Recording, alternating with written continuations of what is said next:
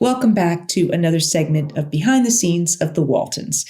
Today, I am once again continuing my conversation with Lisa Harrison, who played Toni Hazelton. Please welcome back, Lisa. So post or in between the series and around there, I know you were doing some other acting work, and so just fill everybody in on what other sorts of things above, and there's life beyond the Waltons. We understand that it's not the same, but we have life beyond the Waltons. Yes, and it isn't the same, and the Waltons was really special because if you came to visit, if you were from out of town and friends, you could bring them on the set and they would be welcomed. Mm-hmm. And it was such a loving set. And Will would go up to everybody and introduce himself and get to know whoever you brought. He was amazing. And I would be on other sets and you would literally open the door and you could feel the tension. Mm. It's palpable. I mean, it's palpable. I have to tell you something very funny, and then I can circle back to this. So Brighton became a musician actor. Gee, I wonder why. And she's doing super well. And she was doing a Courtney Cox movie. I don't remember the name of it. And she called me and she said, we're filming at Warner Brothers. And I said, that's so great. Where? What stage? 26. Wow. 26. I was like, you've got to be kidding me. What? Okay. So have you talked about everything that was filmed on stage 26? Not really. I mean, I think because I'm a little annoyed by, someone was telling me that like they have plaques outside. Yes. And talk about the shows that were filmed there. We spent 9 years on that soundstage. We're not on the plaque. Oh, she said we were. Oh, well, maybe they updated it. Maybe they updated it because I made a list of what was filmed on 26. Right. All right. And I was looking at different sites. And this was very interesting because I was looking it up today. And they would say the Waltons on most of them, but one of them had the list of the films, and then it said TV, and it didn't say the Waltons. But if you scroll down, it said the Waltons and the year, and yet it wasn't in the list. But it was, if you scroll down, they had it there. So it was like a typo that they forgot to put it there. But she said the Waltons was on the thing. But they did My Fair Lady there. Rio Bravo, Dragnet, Key Largo, the original Stars Born in 1954, Gremlins, Wait Until Dark, Anti-Mame, the FBI Story, Charge of the Light Brigade, 2.5 Men was shot there, Designing Women, Twilight Zone the movie, East of Eden was there, Kung Fu the movie, Suddenly Susan, my favorite, The Great Race. And What's Up, Doc? I mean, so to be part of that history, I just believe like just the ghosts of all that energy is in that building. I just feel so incredibly honored to have been able to work in there and be part of that. And tiny little part that I was, but yeah. I'd be pretty pissed if I wasn't on the plaque. Yeah. It's like, come on. There's not a lot of things that were on that stage longer than we were. That's right. Absolutely. I think she said. Yeah. Because I have talked about, I think it's stage 16, which is the tall one that was the history of that sound stage that one was always fun to go on because it was not only super high, but it was dug out and like they used it for the Poseidon Adventure. They could fill it with water. And they had the upside down, the boat upside down sets, or they PT 109. They had like a half of one of the ships and most of the other ones because they sank a a destroyer or something like that. So Did they film McHale's Navy there? I don't know about that. I do know that they used it in the movie of Camelot when they're going to knight Lancelot, and he rides the horse in and goes down and goes over to where they're then up on the other side on their thrones. Wow. And that scene was shot there on that sound. So yeah. So I talked about that sound stage because you can look it up, you can search it and they'll talk about the history of the sound stage. And yeah. So I think during COVID where I was talking about all kinds of other content and stuff, or just talking about the lot and how amazing it was just being on that lot and before they tore so much of the back lot down. Which is just criminal. Yeah. The things that so much stuff is shot on location and yeah, but the thing is they destroyed things instead of even selling them off. And I think there might be other studios that would be interested or museums that might have been interested to have the Bewitched House or, Oh, yeah. Well, that was the ranch. Yeah. At the ranch, they just bulldozed it, so the outdoors of the Baldwin House and just the history, and they got to, it's economics, I understand they have so much overhead. I see. And I would think it'd be more economical to sell it and make money from it than to destroy it. Yes, but you're thinking logically. I'm sorry. Oh, what am I thinking? Darn. We've got the creative side, which is always battling with the business side, because how do you put a dollar figure on art and what something is worth and why you should spend money on this or something else? You've got that aspect of those two. And then you've got the business people who more and more, the early people doing film loved film. So, a lot of them did. I'm not saying they all did, but they got into it. Yes. A lot of them were really creative producers and they wanted to do it. And then more and more, it's just become, as we referred to in the theater, the bean counters. I know. It is crazy. Yeah. It's absolutely crazy. And it's sad because that holds such history. Mm-hmm.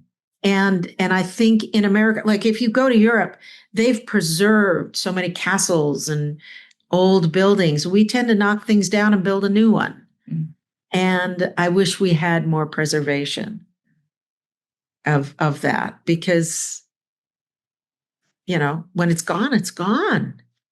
Yeah. And so that would be what I would want to see. Subsequent to, I know you've continued to be really involved in music throughout, pretty much throughout your life and stuff. So, and you said you're teaching voice and writing songs. So what all is keeping you, what's keeping me off the streets at night? Oh gosh. I just completed a play in Hollywood, and I have another one coming up in December called Both a Hard Day, Silent Night, which is the story of the Nativity as told through Beatles songs. And it's gospel versions of Beatles songs. It's fantastic. And I play Mary's mom. And the music is incredible. And, so that's a really fun project to do. So I will do commercials, theater, movies that come up. I'm working on a pilot now. We'll see, fingers crossed, if that comes to fruition. And I've been writing a lot of music. And so I'm keeping up with writing. And so it's just a matter of placing different things in different projects. People would like to, you have some CDs, if people would like to, purchase a CD or download a CD or whatever? Sure. Where would they find your music? Or they could contact me at lisaharrisonvoice at gmail.com. okay, And I'll talk to them. If they want to get a CD, then great. I have other CDs. I don't know if they would be interested in. I was in a band a long time ago called The Housewives, and it's before Desperate Housewives or anything like that. And it's 3 women, a blonde, a brunette, and a redhead. And we did all original music that we wrote, and we did domestic rock and roll. And what does that mean? It means like there will be a blues song called I've Been Defrosting All Day. And then I'd do a rock song called Call a Repairman. And then we'd sing a song, Battle of the Bulge. And then we'd do a song and we'd be wearing aprons with Velcro cleaning products all over us. And so everything had to do with being a quote unquote housewife. And there's a song called I'm Ironing Bored. And so there'd be, so Hope would be ironing and she's just so bored. So we would take that. And then there was a show called The Home Show, and it was superseded by Regis and Kelly, and now Kelly and Mark. So it was national live from LA, and they would have us on about once a month. And they'd say, oh, it's football season. Do you have a football song? And we'd say, why, yes, we do. And we'd go home and we'd write a football song, and we'd come and we'd perform it live. And do you have a Halloween song? Yes, we do. We'd run home and write a Halloween song. So they would have us on about once a month, and we would perform live with Lisa Gibbons. Mm-hmm. And it was so much fun. That was really great. So did that. And yeah, so I'm kept pretty busy, and I'm in a book club that I love and a meditation group. And so I get my spiritual love and do my learning and growing. I mean, it sounds that you have the things in your life that are important to you. I wanted to touch on the Walton Christmas CD that we did, that for people who don't know. I know there are some fans who have found it. It's criminal that it's not widely available, because it's such a good CD, and it's so unfortunate that the company kind of went bankrupt. It went under. Yeah, it did. Because I know you were, people need to know you were nominated for writing one of the songs on there, that the song was nominated. So I always sort of claim, because I sang on it too, that it was the girls, and said, hey, yes, nominated for a Dove Award. I wrote that song about 3. I love writing music at 3 a.m. It's just like a bewitching hour for me. It's just so creative, and everything is really quiet. And I thought, I'm going to channel Dolly Parton. And I was going, outside my window lives a Christmas bird. And I was trying to sound like Dolly. And so that's when I wrote, That's What Christmas Means to Me. I wrote the whole thing in one night. Yes. I'm supposed to do a little Christmas concert, and I'll have to snag the music from you so we can perform it. Yeah, it's a fun song. It's really fun. And then I did my own record there at EMI when I was there. I did a Christmas CD. Is that one also like hard to find because you can't? Because I have a few copies left here, but only a few of them actually, because like you said, that company went under. Mm-hmm. But I suppose it'd be possible to make copies of the CDs. Or I think people stream more than anything. Yeah, now. I think they do too. So it's possible that you could, upload them. I have to figure that out. Yeah, work out the licensing. But the licensing would be, whatever's not public domain, or you or John. So it seems like something would be worth looking into too. Yeah, that's a good idea. Yeah. Well, I was always so a mix of jealousy and envy and everything whenever it just in terms of your musical talent, your voice and stuff, because singing was always something that I wanted to do. And it was such a struggle for me. I mean, I was just like, so not a natural talent that it was just like so much work, Well, that sounds so easy. And, I will never, and I'd go to these auditions and I'd be in the waiting room and I'd be so nervous, and everybody was singing was like, so why am I even here? Because you could hear them through the wall and go, it's like, oh no. And I kept trying what we talked about. I kept thinking, well, but I'm an actor, so maybe I won't sing as well, but I can really act. And then there was the horrifying moment where I realized that I would be so nervous at the auditions that I wasn't even present. So not only was I singing badly, but I was, because I'd go out of tune because I was so nervous I couldn't breathe. So my breath support would be non-existent. And I was so in my head about thinking technically, I got to hit this note, that I wasn't present. So it's like, oh, okay, so I'm not singing well and I'm not even acting well. So it's like, I need to up my game here. So, well, it's so interesting. Anytime a student is going to perform or going to audition, I go, remember to have fun. Oh. And to look, instead of saying, I'm so nervous, to say, I'm so excited. Because words are so important. When I'm teaching and a student goes, I can't hit that note, I said, oh, well, then you can't, because the universe will always prove you right. So if you say, I can't, the universe will go, okay, we'll help you. You can't. But if you say, I can hit that note, it's easy. The universe will go, oh, we'll prove you right. And suddenly they're hitting notes they've never hit in their entire life. But singing is an extension of speech. And so we don't worry about speaking. So why should we worry about singing? It's just an extension of that. And once you learn how the body works, because it's just really getting back to what we do naturally when we were born. We knew how to breathe because we could scream as newborn babies for 4 hours and never get a sore throat and never get laryngitis. So if we knew that when we were born, we have to get back to that place.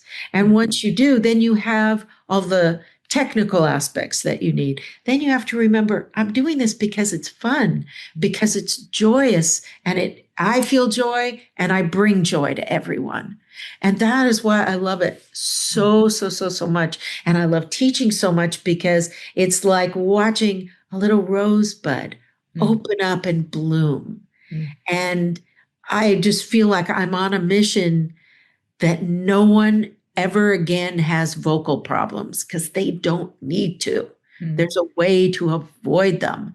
And there's a way to be the very best you can be. So I want to just share it and share it and share it. And then they can go out and just bring joy. And that's really what it's all about. That's what the Waltons was about. It brought so much joy. And it really stirred something in your heart that was so pure and so wonderful. And it made you feel good. It made you feel. And you would look at so much overcoming. And then you would go out in the world and go, well, the Waltons overcame. I can overcome in my life, and I can bring that joy. So I think that's why we're here, and we're storytellers. All of us, we're storytellers. If you're a painter or a sculptor, instrumentalist, an actor, a singer, a songwriter, tell the story and bring joy. Yeah. And so that's what I always try and tell myself every audition. This is fun. I'm going to have fun. I don't know if I'll ever get to play this role again. So I'm going to enjoy playing it for this audition. Oh, yay. Fun, fun, fun. I'm excited. And that's what helps me. And I try and plant in the people I work with. That's great. Yeah. Great message. Yeah. A great message to end off on then. And thank you for taking time out of your busy day in your busy life to come chat with me and to, share a bit of your experience on the Waltons and about you and your life philosophy and all your various different gifts. So, Oh, you're welcome. I really want to thank Lisa for joining me and being a special guest here. It's been so nice to catch up with her again. And I thank all of you for joining us. I will be back with more behind the scenes of the Waltons and more Ask Judys and hopefully more special guests. Thanks for watching.